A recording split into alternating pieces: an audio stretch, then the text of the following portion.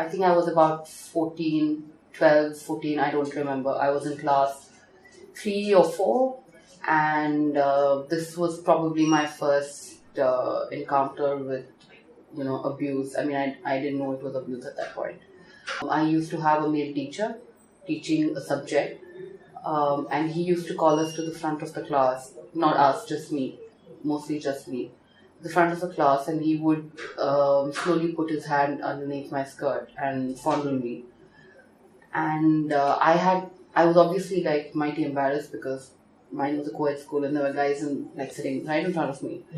And this went on for a long time, and I was constantly occupied with this thought of like, how do I avoid this? Like, because he's a teacher and like you're told to, respect elders, or you're not supposed to back answer teachers or like complain about them. And we were never taught about like sexual abuse or safe touch or who to report to, all these things. It was just, brushed underneath the carpet. I used to try and block it out of my head even when it was happening.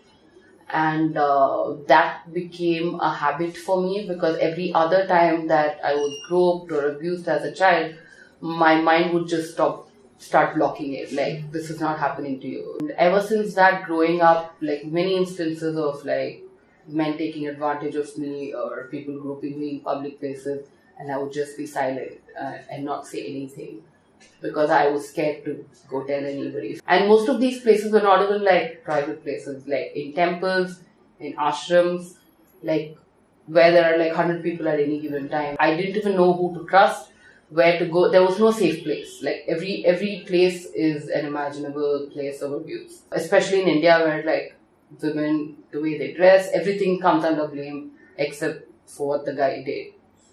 And it took me probably like 15, 20 years to even realize all the instances of abuse. And now I'm married. So it makes it even more difficult because I still haven't been able to deal with the idea of a safe touch or, how a guy approaches a woman. And it's very difficult for me to try and figure out which is a good touch, which is a good intention. How do you, having been in India, you are groped literally like every other day. And you just can't differentiate between a good intention and a bad intention.